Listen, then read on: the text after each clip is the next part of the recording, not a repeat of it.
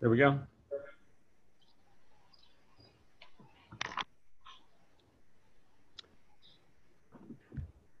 Good morning, everyone. Give everybody just a minute. We're waiting on one more presenter, see if we can get him connected. Everybody's populating in.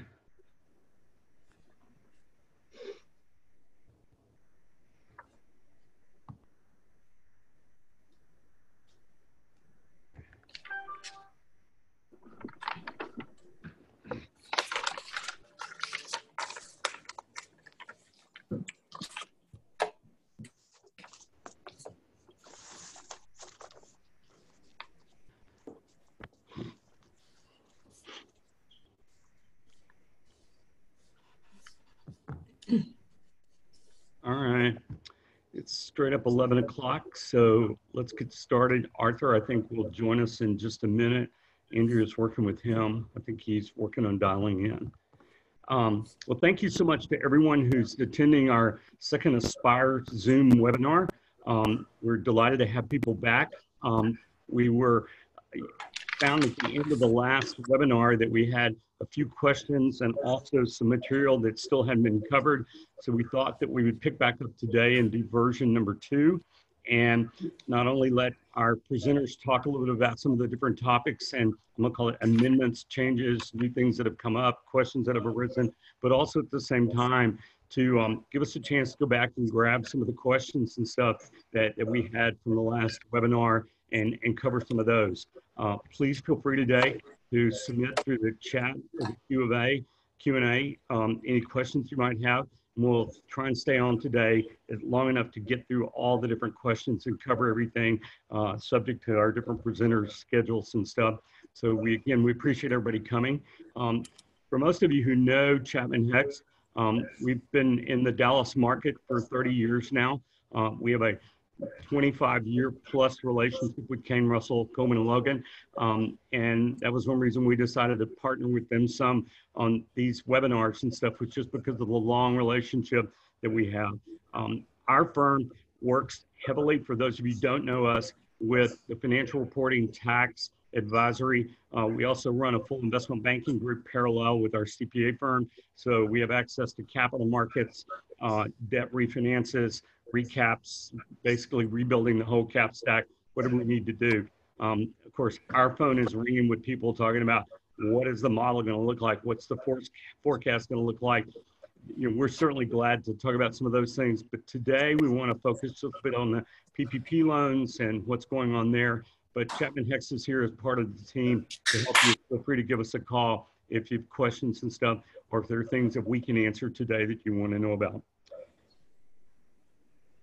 I'm going to start off with just introducing our first speaker today.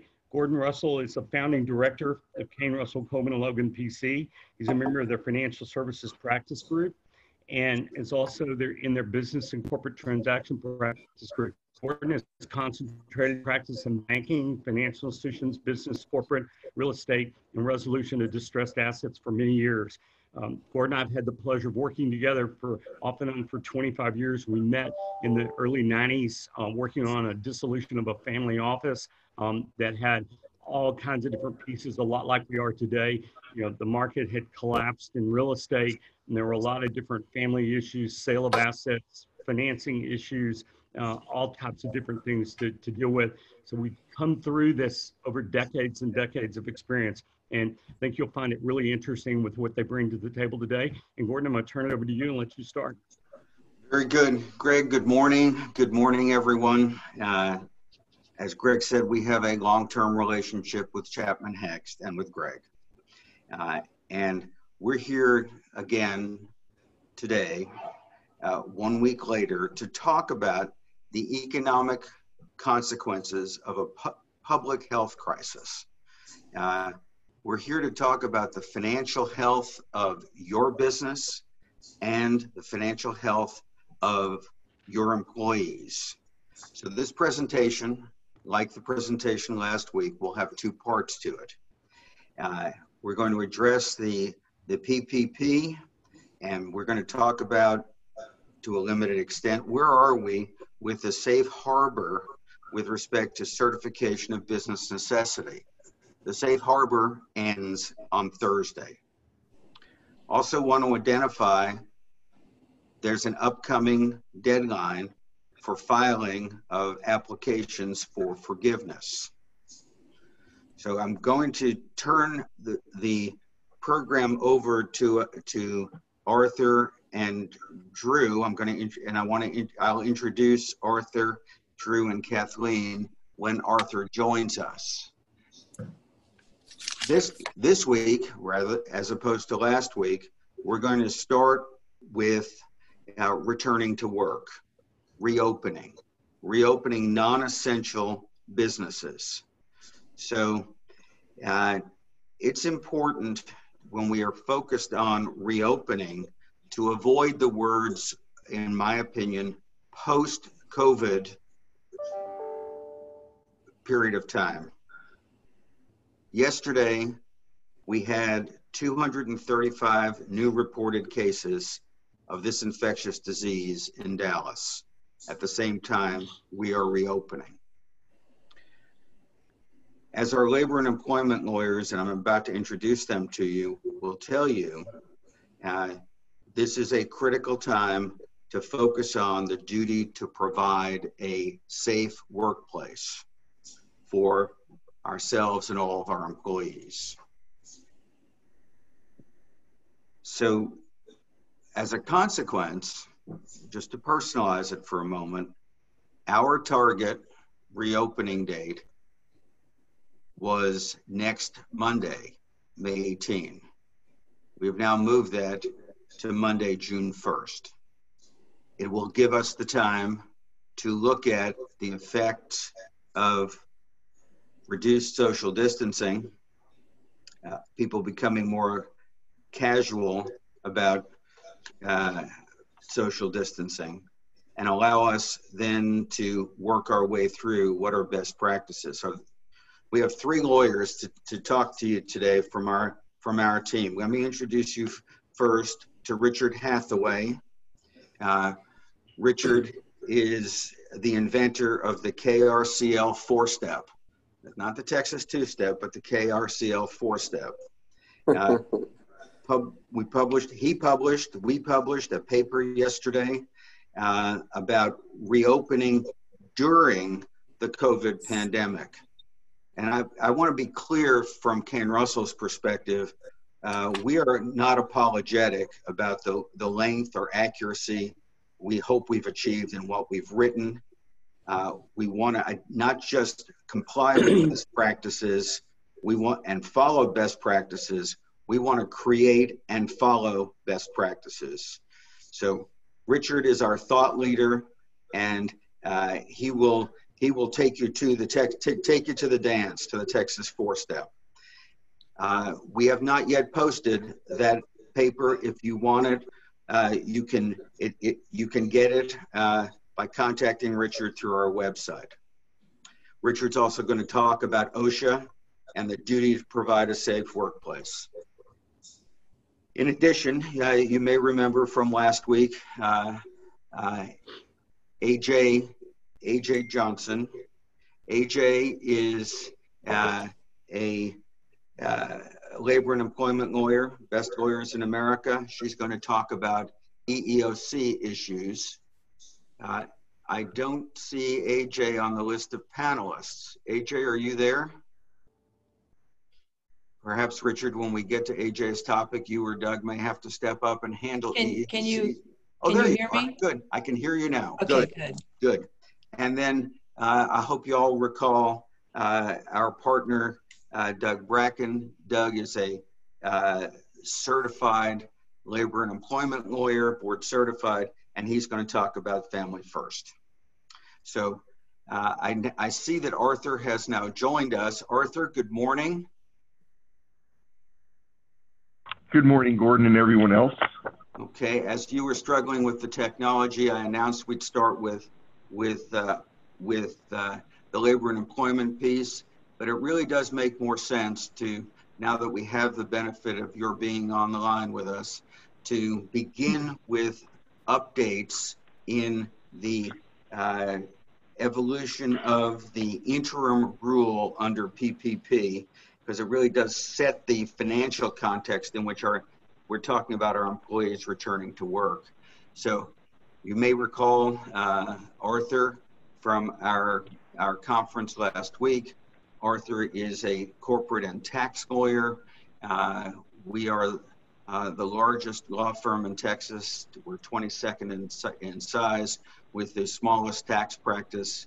We have Arthur, and most importantly as well, we have Greg and Chapman Hext. Working with Arthur on the transactional side, you may recall from last week, our editor-in-chief, Drew Robertson. Drew is going to give us some updates on the law. There's a lot that is going on, and you may remember last week, everybody is in good faith working hard. Things are changing quickly. We have to be current to establish and follow best practices. And Drew, of course, will be at the other end when we get to fraud, waste, and abuse litigation arising out of PPP and Main Street lending. So fraud, those issues will come up with Arthur and with Drew in preparing and certifying applications for forgiveness, and then the litigation that comes out of certification for necessity and forgiveness. And finally, Kathleen Thompson is a transactional lawyer working with me and with Arthur, doing loan modifications, because all PPP loans that have covenants now have a need to revisit those covenants to see if there is a debt covenant that needs to be modified, as well as doing workouts that are following the economic impact of this public health crisis. So very quickly, the act, you may recall, was enacted on March 27th. It provided the SBA would establish a final rule on April 26th. That was 16 days ago. We don't have a final rule. Instead, we have 8 sets of guidance from the SBA, 8 interim final rules as amended that Arthur and Drew are going to talk about as appropriate for today, May 12. And then we have the safe harbor, 514, no new update. We can revisit questions, because we have found that the April 15 paper that we posted on our website is being used by our clients now. We know that because we're getting very precise questions about segregating accounts, building a forgiveness budget, living with that budget to get ready for the audit, and then asking the punchline question, which Arthur will address, which is, I have this PPP loan, it is not forgivable, what should I do with it? And of course the answer is, it depends. So let's move on then to an update on the financial issues. Arthur, if you'll take it from here. Arthur and Drew. I think, Gordon, I think what we're going to do is we're going to let Drew first talk a little bit about history, and then I'm going to jump in and talk about Safe Harbor Thursday, the change dealing with one of the other issues, and then what do you do when it's not forgivable? Drew, go ahead. Sure. So my part on this will actually be, I think, very quick. As Gordon mentioned, the act was passed March 26th. The act said that the SBA had 30 days to promulgate rules for the adoption of the program. SBA apparently read that and said, well, it's great, we're going to get some rules out within the 30-day period. But Congress never told us we had to have all the rules out within 30 days, so we're going to keep making new rules as well. And that's basically what SBA has done. We are now, as Gordon mentioned, up to a total of 9 interim final rules, 8 from the SBA and 1 directly from the Department of Treasury. Those started coming out April 2nd was the big substantive interim final rule, and additional rules have been released on more specific topics, clarifying certain things, expanding certain things, all the way up through the May 8th interim final rule, which is the most recent one that we have. It's important to note, I think, that SBA has said additional guidance in the form of another rule will be coming before May 14th as to how they are going to address the safe harbor issue, what they're going to be looking at, what kind of things they're going to be considering in terms of deciding whether a company had a mistaken belief about their loan being necessary. And of course, that's been in the news and has been on a lot of people's minds, as Arthur will touch on in regards to the safe harbor. But as of 11 o'clock this morning, we've still not seen that guidance. So we expect it to come out anytime, really any minute within the next 2 days. But we are definitely staying on top of the interim final rules as a task force. We're looking through how they all kind of work together, in addition to the frequently asked questions that are available on the Treasury's website and the SBA's website. Those are being continually updated as well as we get more and more guidance on specific issues. And of course, we've been publishing posts whenever something is particularly relevant to our clients or might be of particular interest to the clients that we have with the firm. So certainly something we are staying on top of. It's a rapidly changing world that we are adapting to every day.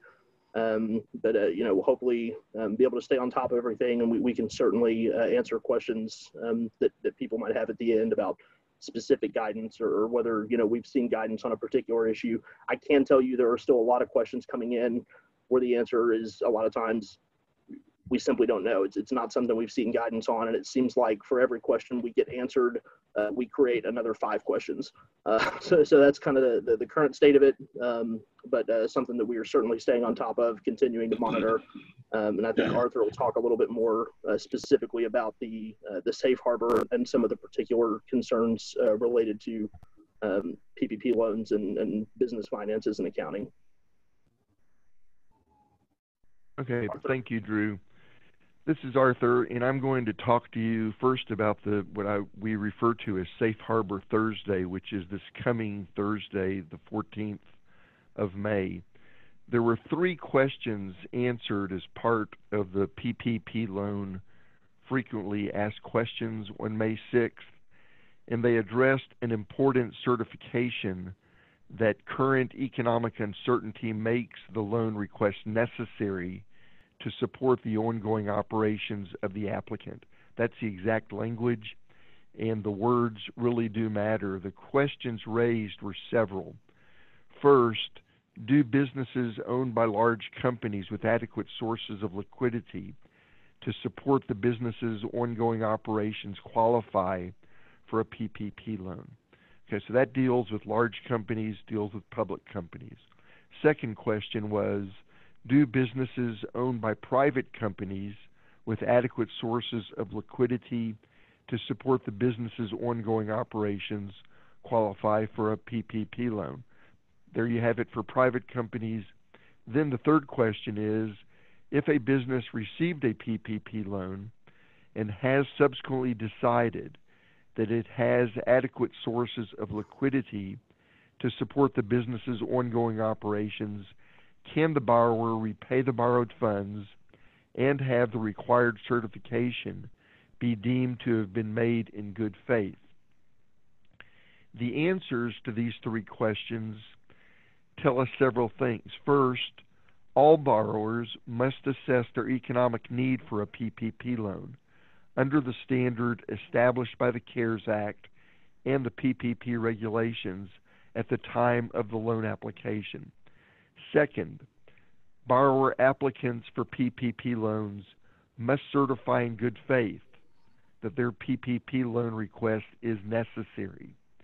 Third, specifically, before submitting a PPP application, all borrowers should review the required certification that current economic uncertainty makes this loan request necessary to support the ongoing operations of the applicant. Let me state that again. The certification that's required is that current economic uncertainty makes this loan request necessary to support the ongoing operations of the applicant. The borrowers must make this certification in good faith, and they have to take into account at least 2 factors. The first one is their current business activity, and the second is their ability to access other sources of liquidity sufficient to support their ongoing operations in a manner that is not significantly detrimental to the business. The SBA and Treasury gave us an example, stating it is unlikely that a public company with substantial market value and access to capital markets will be able to make the required certification in good faith. In other words, it's not sufficient to have only substantial market value. The company must also have access to the capital markets. So having gone through all that, we now get to this coming Thursday, May 14th. If a PPP loan borrower determines that it did not have, or that it did have, adequate sources of liquidity to support the business's ongoing operations, the business can repay the loan in full by May 14th, this coming Thursday, and the PPP loan borrower will be deemed to have acted in good faith, and there will not be a claim by the government against the PPP loan borrower. Now, notice that I said the loan would have to be paid in full. It's not a situation, according to the rules, where you can say, well, I've got this much liquidity, I really only needed part of this loan. The rules say you have to repay the entire loan by May 14th in order to have acted in good faith according to the rules. So if it is determined after May 14th that the PPP loan borrower had adequate sources of liquidity to support the business's ongoing operations, and the PPP loan borrower did not act in good faith, then the government will not only not allow any debt forgiveness, but will also be in a position where it can pursue any other actions that it deems appropriate against the borrower, and that includes an action for fraud. We've already had a couple of actions brought by the government against PPP loan borrowers. I haven't looked at those cases closely, but my understanding is they really do involve fraud, where a company in one case didn't really have any business, hadn't paid anybody any payroll, and just fraudulently entered into the loan. They borrowed the money, and the government's gone after them, and they'll not only not get to keep the money, but they're likely to end up in jail for a long period of time. The question for all businesses immediately preceding the application for the loan is whether the business had adequate sources of liquidity to support the business's ongoing operations. There's no minimum dollar threshold. The facts and circumstances confronting your business are what matter. You may have $25 million or $100 million in the bank, but that is not the test. It's not the end of the analysis. The businesses have to assess their current business activity, and they also have to assess their ability to access other sources of liquidity sufficient to support their ongoing operations in a manner that is not significantly detrimental to the business. Obviously, those words are not a bright line test, but they're still important. I'll give you a couple of examples. We have a client that received an email from its most significant client putting on hold 50% of their business. They don't know when this work will come back online.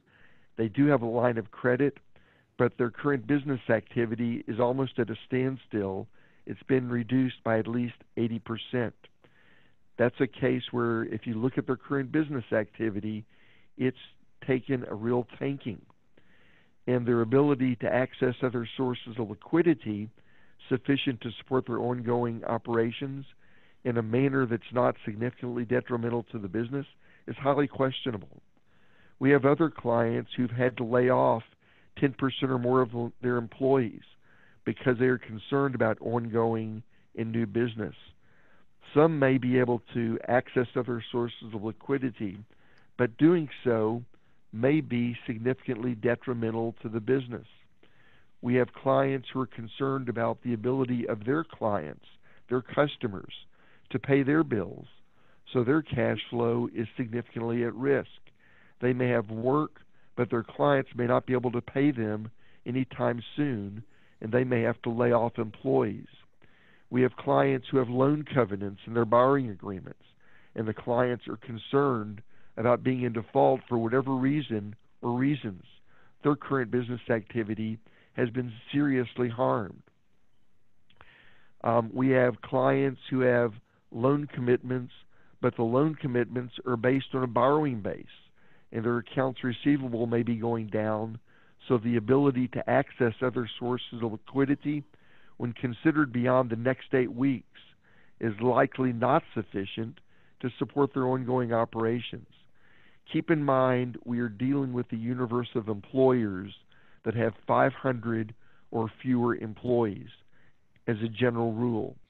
Although the people in the press and certain politicians would like us to believe that every public company in the United States and every private company has sought PPP loans, the fact is that they are dealing with the fringe and not the norm. Pay attention to the certification. It is on the face of the CARES Act. It is important, but also keep in mind why it is that the CARES Act was adopted. It was adopted to keep employees employed and businesses alive until we can get on the other side of the curve. Another important observation for you, I had this issue come up yesterday. We have a client that may not be eligible for a PPP loan. It's an international company.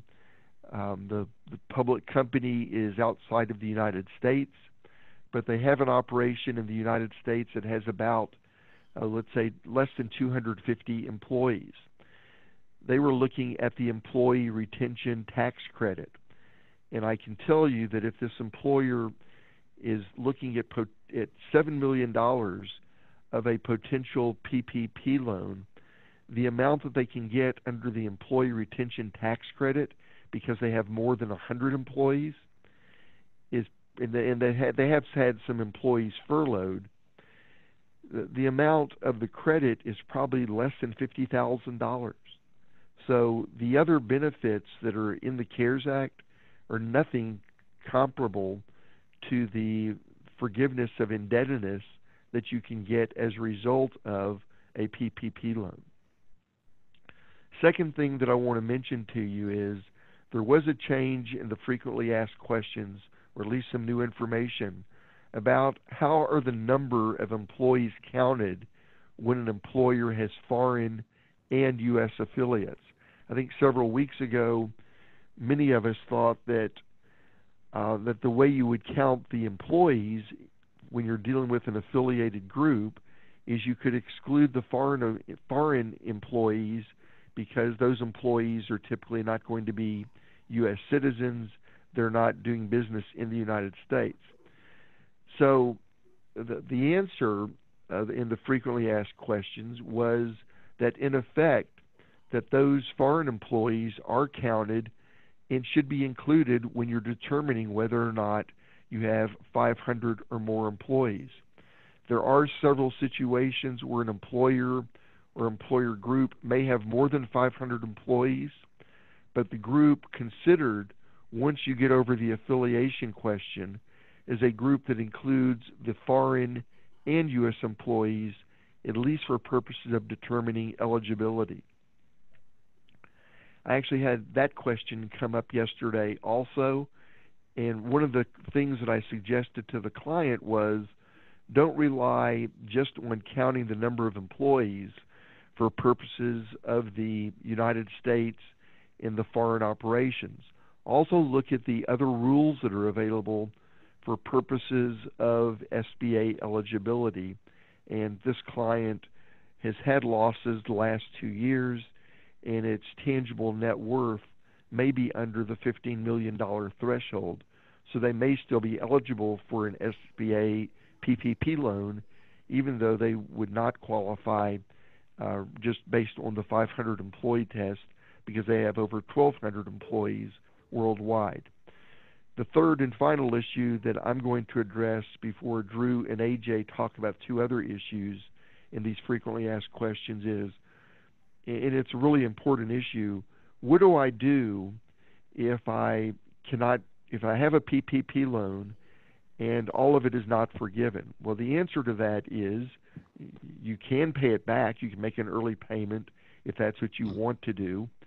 You also can continue with the loan and keep it outstanding for a 2-year term, pay it back with 1% interest, but you do need to use the money for permitted purposes. One of the questions in the certifications is you certify that the money will only be used for PPP loan purposes. So you can use the money for payroll, you can use the money for rent, you can use the money for utilities, you can use it for interest on mortgage obligations that preceded March 15th. So bottom line is you can use the money and you can pay it back at the end of the 2 years. It's just not forgiven. One other update, it's not in these rules, but I mentioned last week that the House of Representatives was going to be pushing legislation to reverse the IRS rule that says that if you get a PPP loan, that to the extent you received forgiveness of indebtedness, and you're able to use the money, for example, for payroll, the revenue ruling said that you could not deduct the expenses that you use the PPP loan proceeds for. The Congress has said they intend to overturn that rule. Nothing's happened yet. We'll try to keep you advised of that, but at least as of now, nothing else has happened. And right now, you should assume that the payments that you use the PPP loan proceeds for will not be deductible. Drew, you want to go and discuss one of the other issues, and then AJ can have her discussion on that? Sure. Remind me which one it was we wanted to talk about again. Was it 36? I believe it was 36. Question number 36. The question about full-time employees. Yeah. Yeah. How you count full-time employees for eligibility.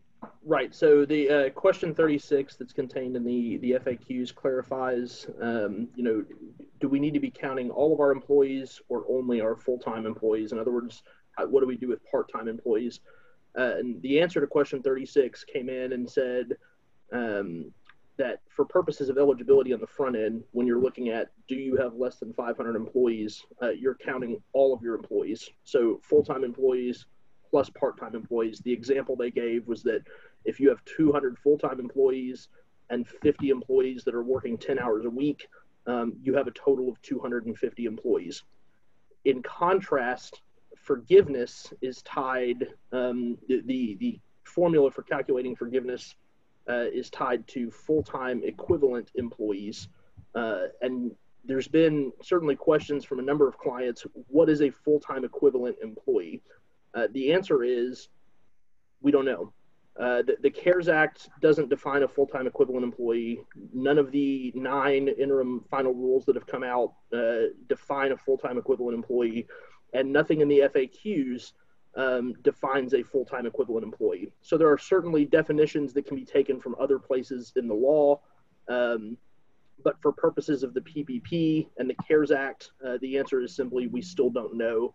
They have promised that there will be additional guidance on the subject of forgiveness prior to, I guess, the point that people start applying for forgiveness. And my best guess right now is we might be able to get an answer in that guidance as to this is how you count a full-time equivalent employee. In the meantime, I think my best practices advice would be default to whatever is the most conservative, kind of plan for the worst case scenario, and then maybe you'll be pleasantly surprised if the definition is broader. But for right now, we simply don't know what that term is actually going to mean for purposes of the PPP.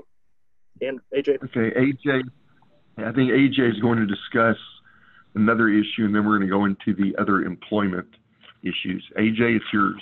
Yes, thanks. I hope everybody can hear me well.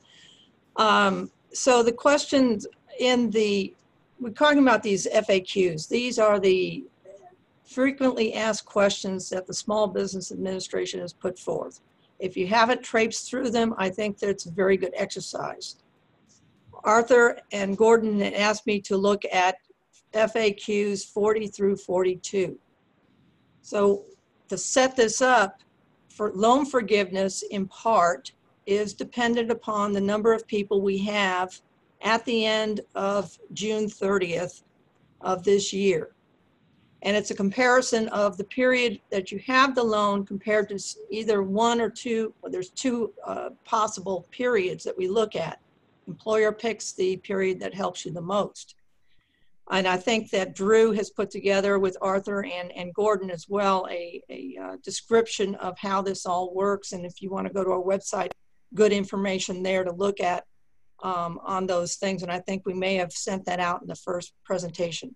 So the question here is this: if we increase our employee headcount as of June 30th, which is the deadline for doing so, and we essentially bring our comparison numbers up some, are we going to have better ability to get loan forgiveness? And the answer is yes. So if we had a RIF or a furlough of people as of, I think, the end of April of this year, but then we were able to bring people back either through loan or perhaps some other things that have happened to improve our business situation, and we bring them back by June 30th. That's a good thing. But what if we make an offer of employment to someone and they decide they don't want to come back because, lo and behold, look at unemployment.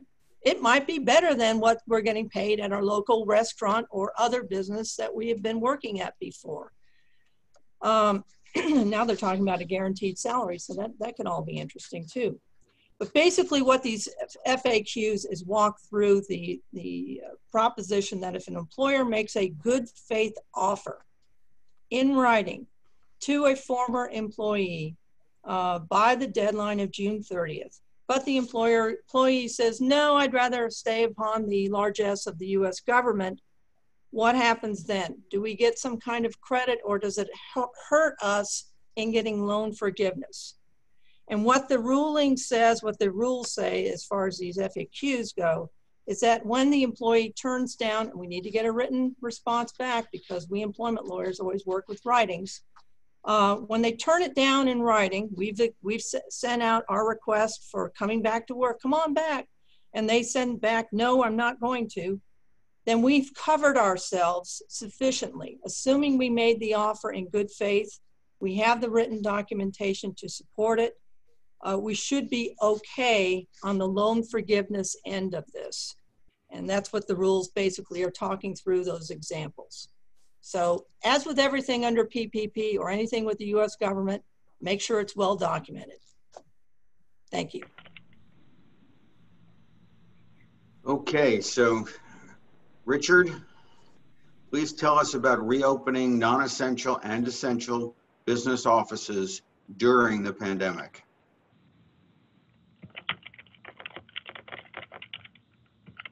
Thank you, Gordon. The topic of CARES and reopening businesses, they do blend very well because CARES is a focus on the relationship that employers and employees have. You'll notice that in order to get the PPP loans, for example, the calculation is based on the number of employees, among other things. And forgiveness is largely based on the percentage of funds that are paid out to employees to continue wages. And it's designed, of course, to minimize, or to lower the impact on the state-to-state's unemployment rolls. So it helps in that regard, and it keeps these small businesses running. And that's largely what it was focused on. The vast majority of the US economy is run on small businesses.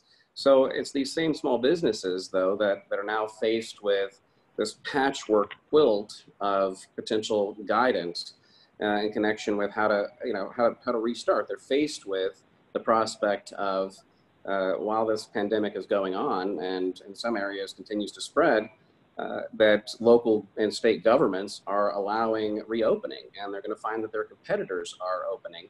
And to avoid losing market share, they have to face this idea of, well, how do I, as an employer, meet my obligation under OSHA to provide a safe workplace for my employees? How do I do that? And at the same time, how do I do that under this current system? How do I protect myself and open my business? So really what we looked at was, we kind of figured out, well, how do you eat an elephant? Well, it's one bite at a time, right? So first part I looked at was basically establishing a basis point. So what we looked at first is the guidance. We looked at the guidance, then we'll talk about very briefly, and Doug and AJ will talk about the special issues and considerations that employers have to have in connection with things like new legislation that's very specific to this particular pandemic, the FFCRA, which modifies the Family Leave Act, FSLA, and also we'll talk about the OSHA, the EEOC requirements. So for those employees that are going to need to be screened, for example, because of specific best practices in the industry or recommendations from government agencies, what can they do in order to avoid violating the EEOC's guidelines for protected classes? And lastly, I talk very briefly about kind of executing the plan. So initially it's part of developing a plan. How do you develop a plan? Where do you go to start? What are your requirements, generally speaking? And then what are special considerations? Lastly, how do you execute it then? How do you bring it to fruition? So the first part is determining where to start. And the best part, the backbone of all of the guidance that I've read, and I've read mountains of guidance at this point, starts with the CDC's guidance. The CDC has a guidance that came out, I believe it was updated March 21st, entitled CDC's Interim Guidance for Business. CDC's Interim Guidance for Business, it has a 7-page document, and it's very, very simple, but it is often cited and relied upon basically by virtually every other source. So it's a great place to begin your analysis, is taking a look at what the CDC says. You're also going to want to take a look at the Department of Labor's webpage. They have particular guidance associated with numerous industries. The CDC's webpage often references the DOL and vice versa, but the CDC's webpage also has more than 100 reports and guidances that are industry specific. And the DOL does a pretty decent job as well. The Department of Labor does a pretty decent job as well of having additional sources of guidance. And a lot of it is industry specific. So if you're an employer and you're faced with having to open up because your governor or state or local official has decided, okay, at this date, these entities can open up. First you're going to want to know what that order says and what you need to do to comply with it. But when you're trying to meet that obligation as an employer to provide a safe workplace, you're obviously going to want to look at the federal government first. The next line of defense to take a look at is some of the EEOC's guidance. We take a look at what's called the Pandemic Preparedness in the Workplace and the Americans with Disabilities Act. Now that's a specific document. Go to the EEOC's webpage, you can find it. Again, Pandemic Preparedness in the Workplace and the Americans with Disabilities Act. It was actually developed for the H1N1 pandemic, but it was updated on March 19th, 2020 to address coronavirus specifically. Also a key document, and I believe that AJ will be speaking about this as well, for the EEOC's consideration. This goes in this issue of special issues and considerations for part of your developing your plan, is a document entitled What You Should Know About COVID-19 and the ADA, the Rehabilitation Act, and Other EEO Laws. And it's actually very recently updated. I believe it was May 10th. It pulled some portion of the sub-guidance in it and then republished it. And it's incredibly useful to take a look at this because it does address very specific questions that have been raised by employers. And these are common questions that employers are raising in connection with when they're trying to develop their plan and implement their actual plan. What sort of concerns or issues do they have to run into them and address?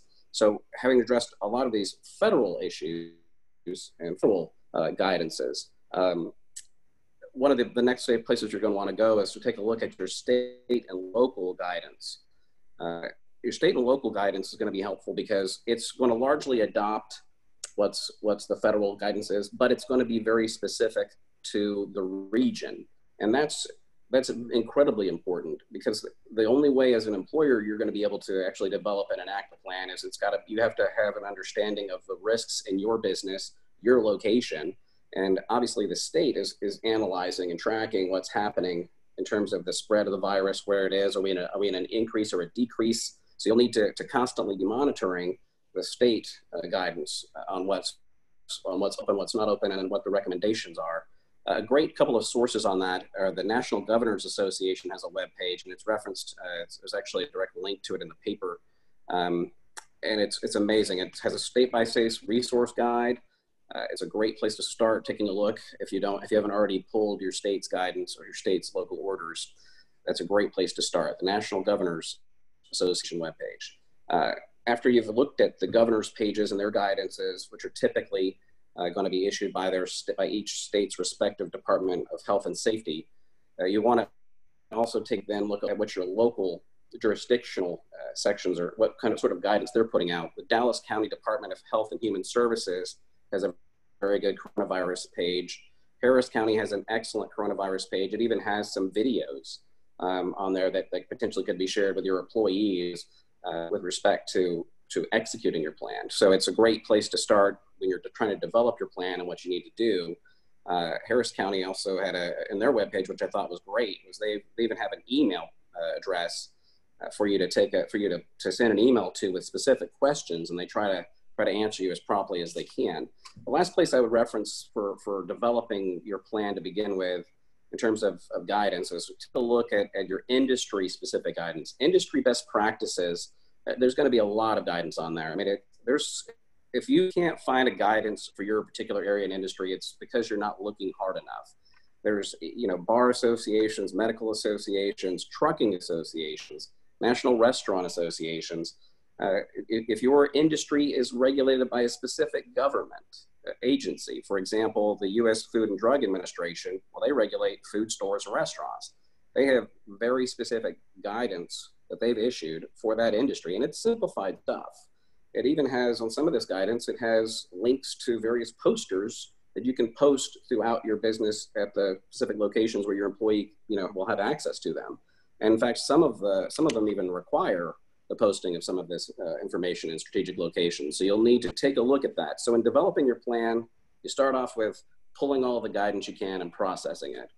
So the next, of course, you'll take a look at the special considerations, which will be discussed by Doug and AJ, and I'll address one of them in connection with OSHA. But the last part, after you've kind of got your guidance, you've addressed your special consideration, is you're going to be executing your plan. And the execution of this plan is critical because that's the only way, of course, you're going to be able to actually protect your employees. So the first step I have in the plan is aside from the employee awareness and continued monitoring, is you're going to be determining the risk level at your place of employment. Are you a very high risk? Are you a very low risk? And OSHA has some great guidance on this. OSHA's Guidance Preparing Workplaces for COVID-19 is the name of the document. OSHA Guidance on Preparing Workplaces for COVID-19. In the paper, it's actually attached as Appendix 4. The document talks about and gives you definitions as to very high risk, and it defines very high risk to be those people who are directly treating COVID patients or in direct contact with them. So if your practice involves intubating COVID patients, congratulations, you're in a very high risk group. And so you're going to need to follow guidance for very high risk groups, very high risk groups of employees.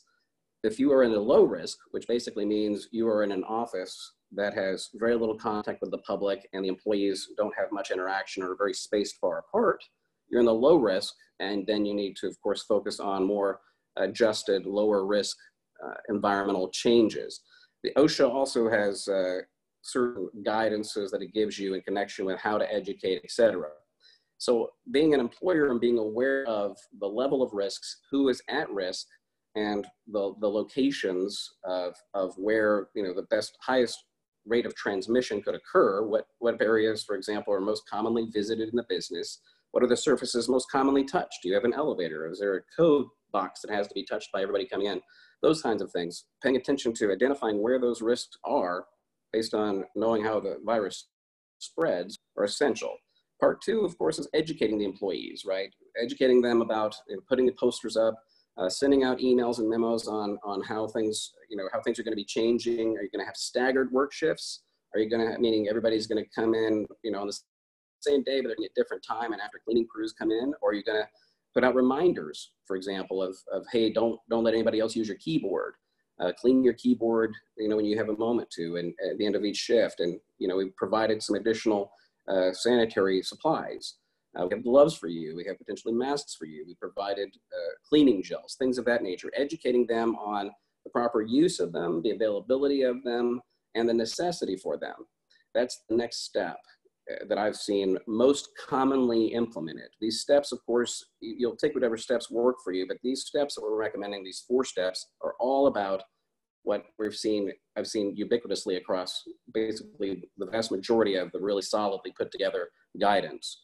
So having developed a plan and an awareness and a system designed to continue to keep the employers aware, educating the employees and continuously working with them if there's a problem that shows up.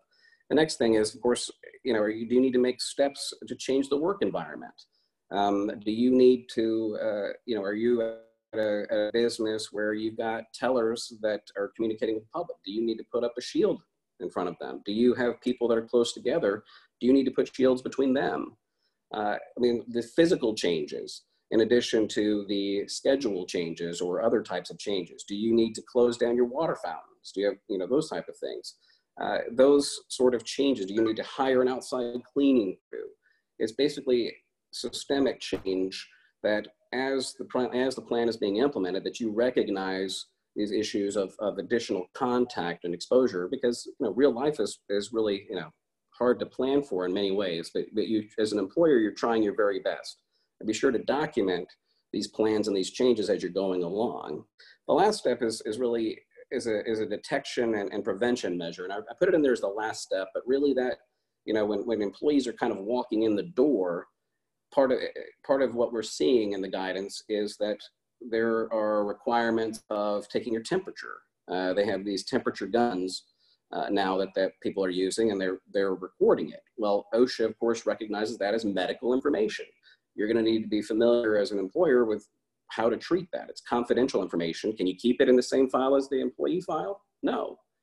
So you'll need to be familiar with, if you're going to record that information, and you're going to keep it, then you're going to need to know how to store it in a way that is confidential, that confidentiality is protected, those kinds of things. You'll need to also understand, well, if I'm going to have somebody taking a temperature, I need to make sure that I've taken steps to protect that person while they're taking temperatures. Then part of your implementation of prevention, of course, is you'll have to develop a plan, and the guidance is usually pretty good. OSHA has some of the best guidance on this, well, what do you do when you've detected somebody with it? Do you send them home? Do you isolate? What do you do? So as part of executing that plan, it's a detection and screening process. And typically the screening process, I'll do screening and then detection very briefly. Screening is typically requiring everybody to answer a set of questions. And it all has to do with exposure. So, have you had any of the symptoms? And of course, you got a little handout that says what the symptoms are. Do you currently have these symptoms? If no, have you had exposure to anybody in your family that had these symptoms, in the last 7 days? Those kinds of things. So once you get to screening questions, which again are, EEOC has had some guidance on this, so has OSHA has recognized that guidance. After that, of course, then it's detection. After you've screened it, with questions, taking the temperature, then while things are happening out there, if somebody notices somebody falls sick after lunch or something to that effect, having a plan in place to isolate them and identify who they've, had contact with, and then having a quarantine system in place. And when you're applying that quarantine system, making sure that you're in compliance with what the EEOC has, EEOC through, well, not the EEOC, pardon me, compliance, for example, with the FFCRA, which is a new law that came out directly related to leave that stems from either being diagnosed with COVID or having somebody in your family that you have to take care of who has COVID, or child care services because they can't be put into their daycare center because it's been closed because of COVID, all COVID related leave. So you'll need to be familiar with and integrate that part of the FFCRA's requirements in that final, if we have an employee at work who comes sick or calls in sick and they've been in the office, every day in the week, you'll need to figure out a way, okay, well, we need to identify who they've been in contact with and notify them without identifying the employee. Hey, you may have been in contact with somebody who's at work who's, became positive, and then you have a system in place that addresses that. So creating flexible systems within your employment is pretty much the last total big picture phase. So having addressed kind of the plan in its entirety, I do think it's important because it really does warrant a focus, is have Doug talk about some of the special issues. I think it was Doug who's next, right? Or was it AJ? I apologize, I don't remember the order. Given the time available, AJ, with your permission, Doug, if you could speak to the new part of the act that Richard was just mentioning, to FFCRA, appreciate it. Yeah, absolutely, Gordon. Thank you. And I'll just kind of briefly touch on the FFCRA. It was passed, obviously, in response to the COVID, and it's the first time we've had real paid sick leave nationally, and it's specifically targeted at COVID-19. As a result, it's temporary. So it started April 1st. It will expire December 31st. In the meantime, like I said, it provides paid sick leave in very specific circumstances. And it also provides family medical leave, expanded family medical leave, for employees who have children at home because their business or the school and or daycare, whatever it may be, has closed for COVID-related reasons. So that's a pretty good chunk of our population, or our workforce these days, people with children at home as a result of schools closing. And that kind of leave expands the 2 weeks of paid sick leave. It expands it to 10 weeks of additional leave for just that specific purpose of taking care of the children. And it's paid at a 2/3 rate. So it's again, a very specific sort of leave. And it's one characteristic of it, similar to the FMLA, it does have the opportunity for intermittent leave. And intermittent leave is only available really if there's not going to be exposure to the rest of the workforce, because the employee taking the intermittent leave is coming and going. So if you have somebody who's teleworking or working from home, obviously they're not really exposing anybody else, and intermittent leave may be available. Generally, it's going to be available for somebody who's got a child at home also, like I said, because the school or daycare has closed, and they may be going back and forth between caring for their child and doing the work. That can be done. But again, any kind of intermittent leave has to be agreed to by both the employer and the employee. That's a difference from the FMLA. So you have this agreement. That means that the employer really has discretion and can deny it if it's going to be a problem. So again, that's different from FMLA leave. It's the kind of thing that it's hard to track. So it may be difficult. If you already have trouble with the FMLA, you're going to have more trouble with the FFCRA type leave, I'm sure. Be sure to document the leave that these employees are taking. This is very important, because there's no form that's required from the DOL. You're not going to be sending out a form to the employee that requests leave and having them fill it out for you. So in fact, we've developed a form for some of our clients that we've been using, and it obtains the information that you need to keep, and you need to keep that information for 4 years. So it's very important, whether or not the leave is granted or denied, to have that kind of documentation. So you can come back later.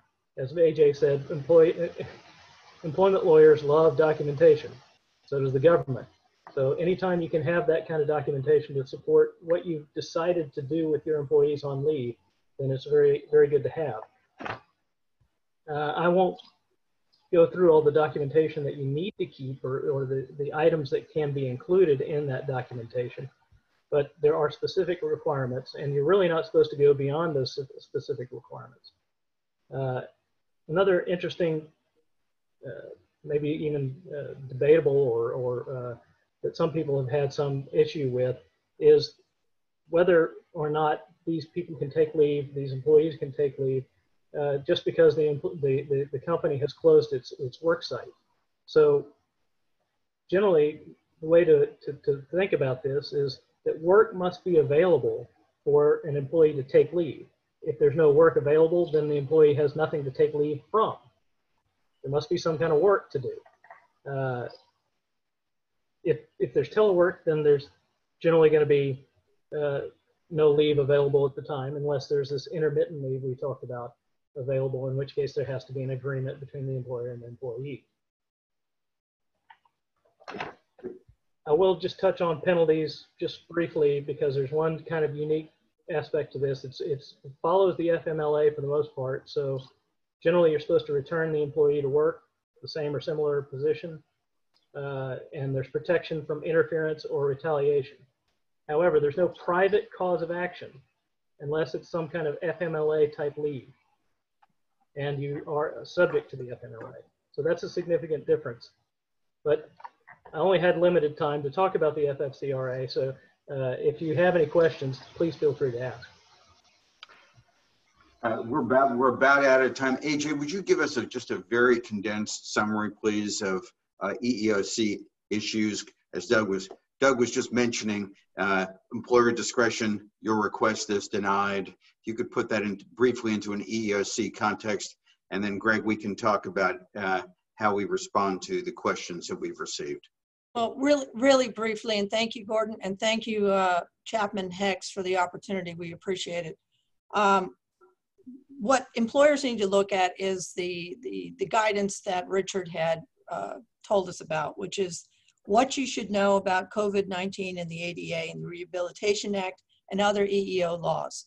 That's attached to the paper that Richard put together with some input from Doug and from others, including myself. But the appendix to that has that guidance in it. And the main thing in that guidance to think about, we still have the existing employment laws, but we can ask employees questions about their condition when they're returning. We can take their temperature. We can, in fact, do COVID-19 testing in a given situation.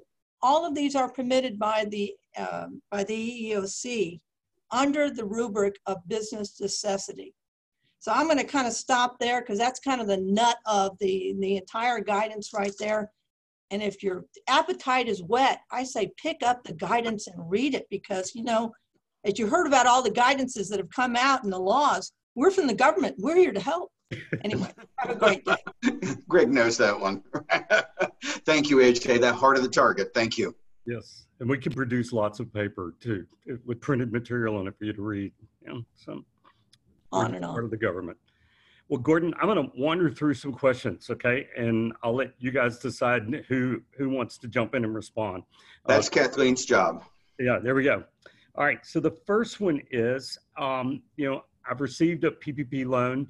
I've spent the money, some of the money during the 56-day period, but I now have dollars that are left over.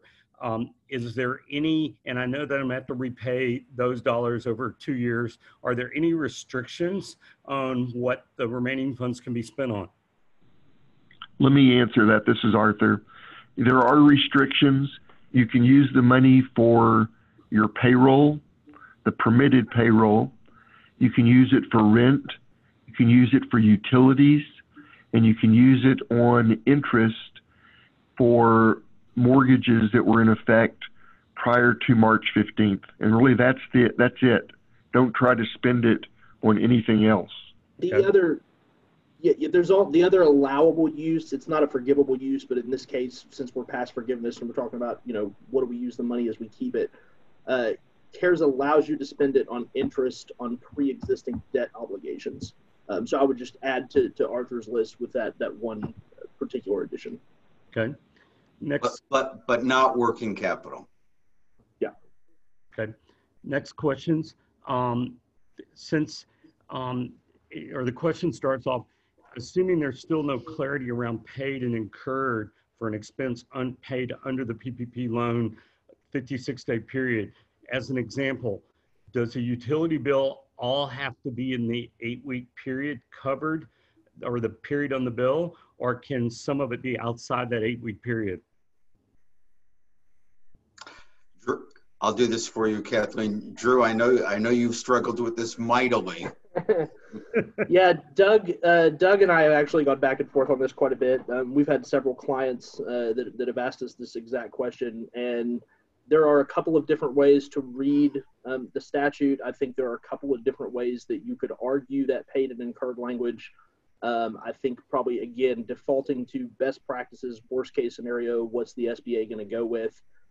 It would seem that the cost needs to be both incurred and paid within that 8-week window. Again, there might be some legal arguments where you could try to argue alternatively, but best practices paid and incurred in 8 weeks. That said, I don't think it gets as specific as, hey, we received a bill in week 2 and that bill covered electricity for 4 weeks. So, we have to parse out, well, which part of this bill was 2 weeks versus, I think if you get a bill in the 8-week period and you pay that bill in the 8-week period, that's probably going to be acceptable. Okay. Next question. What are the possible negative side effects of unemployment claims against companies in Texas around the COVID? Will the TWC rate be altered due to accepted claims?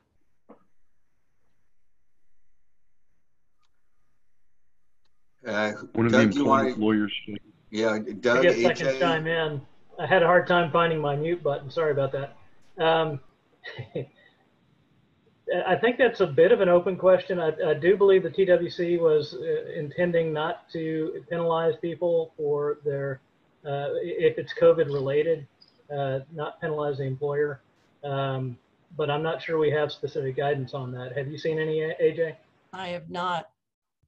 The question I had in another program related to bringing somebody back who you knew was going to have to be out on leave and whether that would be a fraud on the unemployment system. But that's a little bit different than what the question had been asked. Okay. Next question. Do you have to rehire part-time employees? And then if you do, does the amount of pay and hours have to be equal to exactly what was paid previously? The rehire, I believe, has to be of FTEs full-time, but Drew? Yeah, I think that's right. Forgiveness is tied to the FTEs, although I would add, you don't have to rehire anybody. I think it's That's true. To the extent you want to obtain full forgiveness, you need to keep those employment levels consistent. But I don't believe there's anything that says you must rehire employees other than you have to spend 75% on payroll, and that might be very hard to do if you don't have any employees. So if you I'm sorry, Gordon. No, go ahead, AJ, please. I was just going to say the other aspect was the amount of pay given to people, and that is another consideration for reduction in your loan forgiveness. It's both the head count and the amount of pay that you're giving to individuals that are considered. Right. So if you will go to our April 15 Right. paper on forgiveness, pages 4 through 8 and example 5, we've addressed these issues. You don't have a duty to rehire, but it will affect the math. So you have a top line PPP amount, which is now subject to reduction in accordance with the formulas in pages 4 through 8, and just run the numbers through there, and you'll see that there isn't a significant benefit to rehiring. Of course, then you may be making a short-term decision, because once the PP funds are exhausted, you will then have a adjusted payroll to meet. So the one learning that we've come away from the last couple of days with, as we've been preparing, assisting clients in preparing the legal concepts underlying their budgets, is that if there's somebody you're going to take a chance on the more highly paid rehire. If they work, you will have greater potential forgiveness, but you'll also have greater you'll have greater recurring payroll expense once the PPP funds are gone. That's the business decision based upon your knowledge of your business. Okay, Another question. This is from a private equity-backed entity that's like call it a physician service group, and have deals in the pipeline and that kind of stuff. Are they going to be criticized and scrutinized if they start closing deals that they have in the pipeline that maybe had got delayed and pushed out? Is there going to be some kind of scrutiny, and what do they do there to document that they had to wait? I assume it's all the back and forth, written document, back to written documentation stuff. But can you answer that? And somebody trying to figure out, how do I deal with my pipeline when it's all been delayed, and then now we're picking back up and moving forward? I'll set it up, and then Arthur will close it. So, need to keep the concept of certification clearly in mind. There'll be two. There'll be the certification of business in the application. The business necessity then existed. Then there'll be the certification of the use of the funds later. If you have a good faith belief on the date of the certification that you didn't know what was going to happen to the pipeline, that's the point of measurement. That's where you'll need to have documents sufficient to meet the Arthur Nathan audit standards. And the question will be, were you in good faith? Clearly, we have a public health crisis. That does not mean that we can't be smart about how we do our business, about how we invite our employees back to work safely, or that we have to, in the future, be unsuccessful. So I think, Greg, that whoever's pipeline is being looked at, and frankly, probably no different from a CPA firm or an accounting firm or any other business, when you made the certification, what'd you know about the pipeline? Arthur suggested or identified, we have a client who got a letter that said 50% of your work is on hold, now revenues are down 80%. Just tease out that hypothetical. So next week they get a letter from the same major client that says, okay, everybody back to work, except we're doing this differently. And they turn out to be very successful. Did they need the PPP loan? Was there a business necessity with that letter in hand? That's really an easy case because you got the letter in hand. The issue for the firm that you're describing, Greg, is need to look at the pipeline on the date of the certification. You don't have to, there's no means testing here. We don't have to be unsuccessful. We have to be law-abiding and honest and follow the rule of law here, which says good faith determination. What did you know? It's pure Watergate. What did you know and when did you know it? What do you know on the date of your certification? Arthur, since Gordon, you would be at the, Arthur, let me add just a couple of things. One, as a private equity firm, I think there is a question just inherently whether the private equity firm itself is eligible for a PPP loan. If you've gotten over that hurdle and you've dealt with all the affiliation rules, I don't think there's any problem in engaging in your trader business. As Gordon said, you don't have to be in a position to fail. Your business is getting deals done, and I'm assuming that your PPP loans are being looked at the operating company level and not at the financial level of the private equity firm itself. Arthur, thank you. That's exactly right. I assumed that issue had been addressed and resolved. Yeah, and perhaps I can clarify that. I think the question, Greg, you might correct me, but I think the question was that they're private equity backed.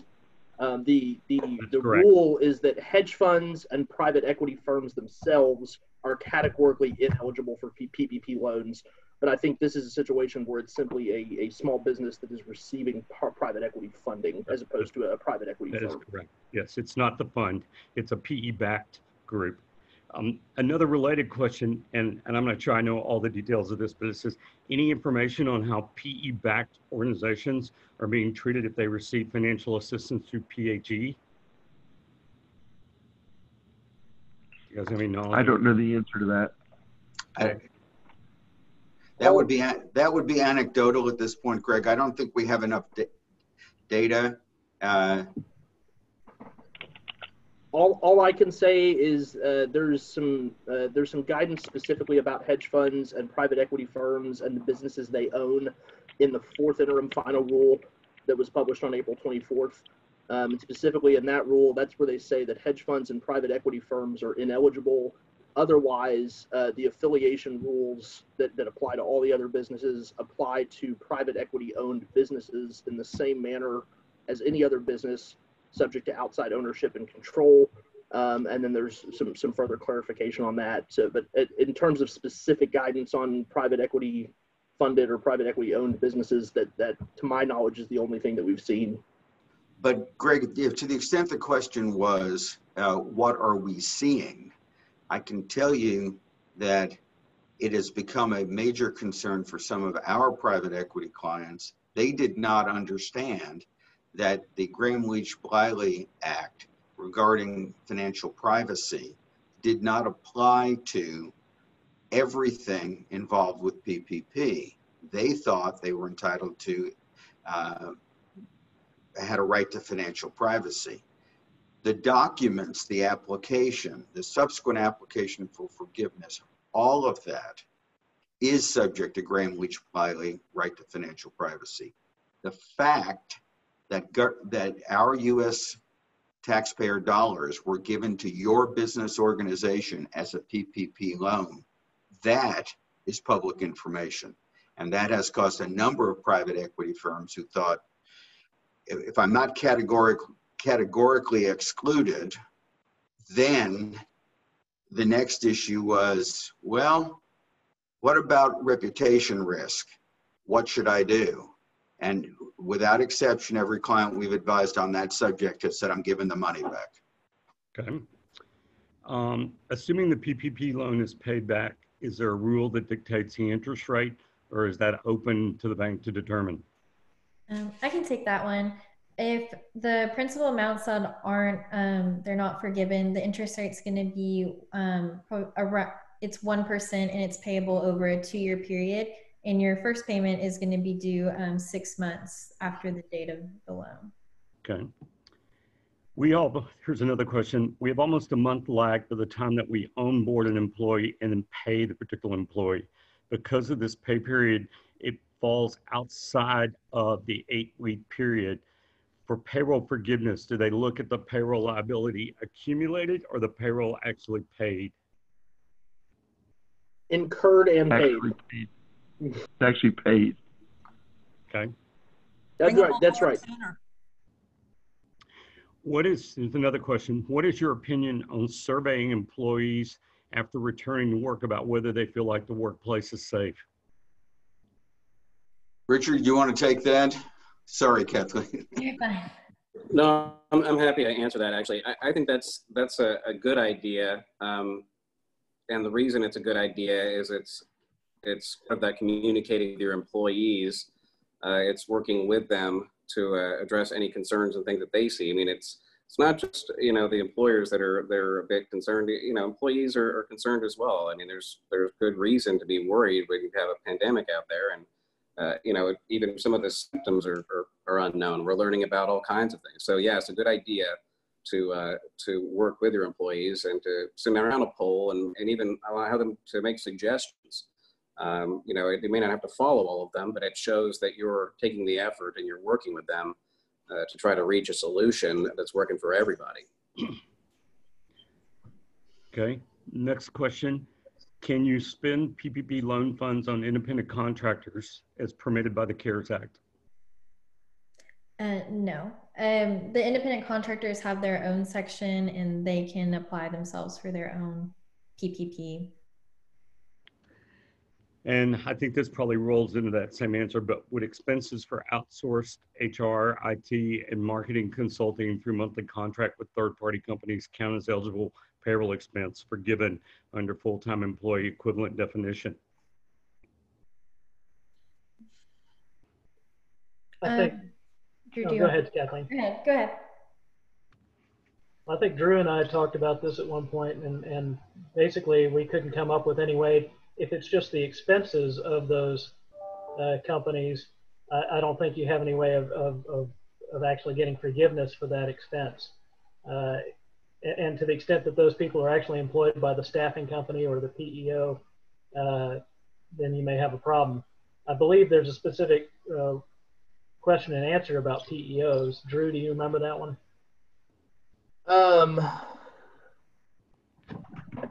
I've got the Q&As up in front of me. Let me do a quick search real quick.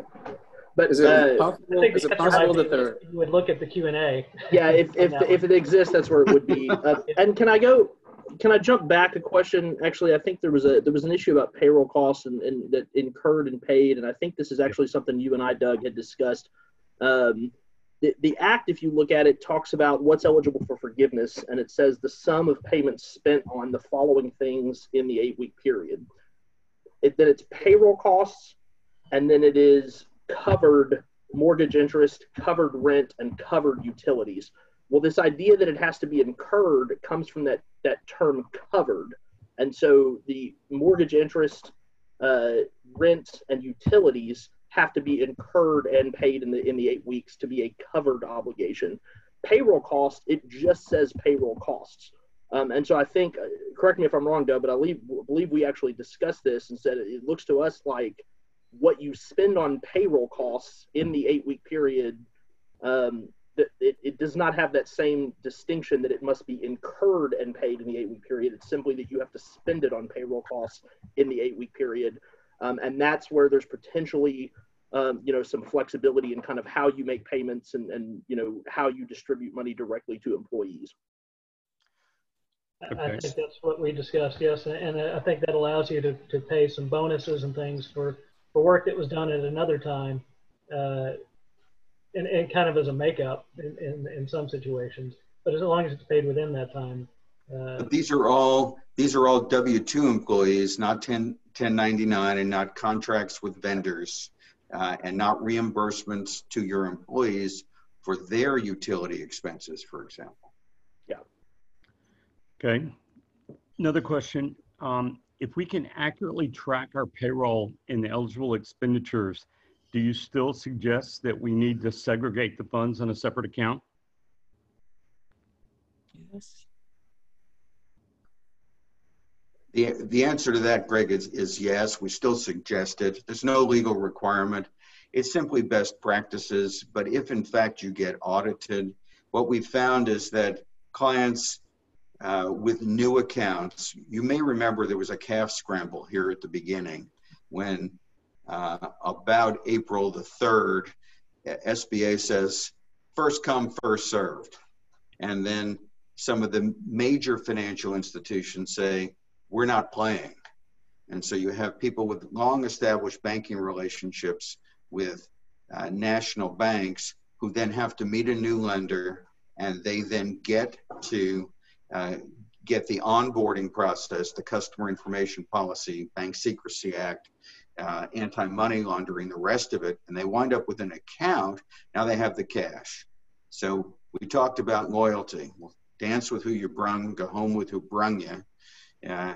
Where are we going to put this money? Where we're going to put it into the account of the lending institution that arranged for your 7A loan, and to whom you will be making an application for forgiveness. So the fact that you'll be applying to that financial institution was persuasive to many clients not to move it back to their regular banker who was not available to arrange for the 7A loan. So now it's in this account, but this account is not set up to do payroll. So what do? Our advice continues to be audit, preparation, defense. No legal requirements here other than that prefer the bank for all PPP related purposes, who is your PPP lender, keep the record straight. Practical advice, what we've done for clients in those circumstances is to have the first payroll not come out of PPP funds, because the test later will not be a tracing test. So we use the payroll account at the regular financial institution to meet the payroll, and then reimburse it, not as an intercompany paper entry. So at the end of the day, what the audit team winds up with is, these are the dollars left in the PPP account that we now need to decide on day 57 or thereafter, what are we going to do with this money?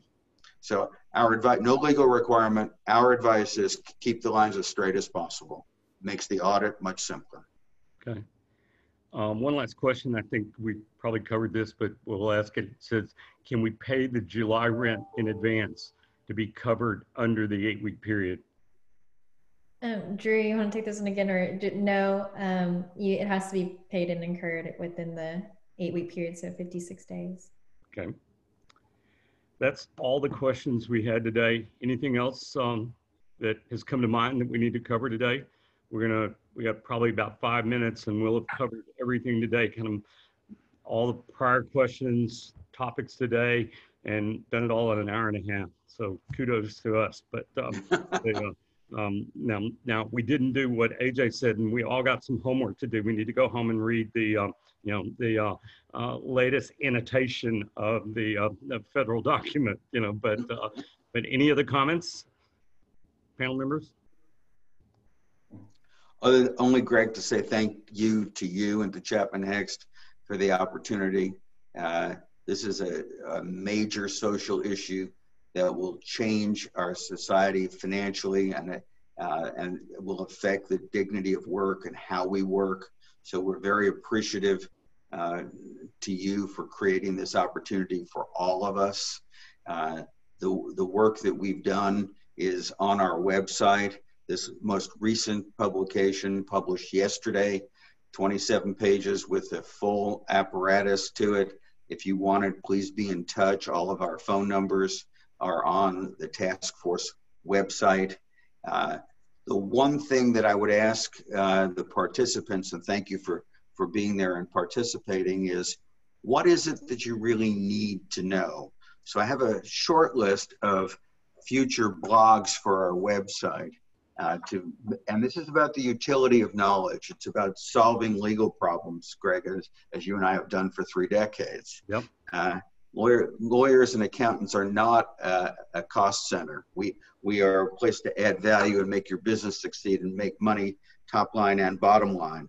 So the things that we have in the pipeline are rules for lend and regulations, thoughts about lender forgiveness. What are the lender's duties to the SBA? They probably have they have an agreement with the SBA, but they have duties with respect to applications for forgiveness. That needs to be expanded on. The next major topic that's coming after the PPP is Main Street lending, and we are. Kathleen is nodding. She's our expert on Main Street lending, doing lending transactions with me. So we're starting to work up Main Street lending, but if you have questions about Main Street lending, we'd like to receive them. Those are the 2 areas of practical utility of knowledge that we're focused on. But anything else that we could, that's the input that would benefit us from the participants and from you, of course, Greg. Sure, and I would suggest to the participants, make sure and email us, let us know other thoughts, questions you have, things we didn't cover today. As Gordon mentioned, we're delighted to continue, putting on these informative webinars to share information and help you. I want to say thank you and kudos to our team internally here. We love our partnership with Kane Russell, but I could never get all this done and put my face on the screen without a lot of tutorial. I was laughing before we started today that we're all learning about Zoom, and some of the folks in the firm have created an initial page for me to work off of. So there really is beginnings of Zoom for Dummies, and so we're getting here now. And, Would you send it to me when it's ready, Greg? Yeah, hopefully we can keep it below 100 pages. There we go. But we do appreciate everybody attending today. We appreciate all the participants and the questions. We appreciate you panelists for spending your time with us today and spending the time getting ready. All the work that you guys have done to put the different white papers together and the information that's available on your website. Please feel free to use, Gordon and his team, myself and our team. If there's any questions we can answer, please let us know. We covet your feedback, your information, your questions. As they have shared today, we're walking through a lot of things right now that we've never seen in any of us' lifetime. But in addition to that, just all the thought processes, all the rules, all the changes, all the updates. It's going to continue to grow in a body of knowledge here that we have to have. And so we understand that it's not a finite. There's a lot of things that we probably haven't thought of yet. So again, we appreciate everybody attending today. We appreciate you guys joining us and doing the program with us. And we'll keep everybody updated on what next things we're going to do with webinars throughout the next few months here to keep you up to date. Thanks again, everyone. We appreciate it. Have a great week. Thank you, Greg.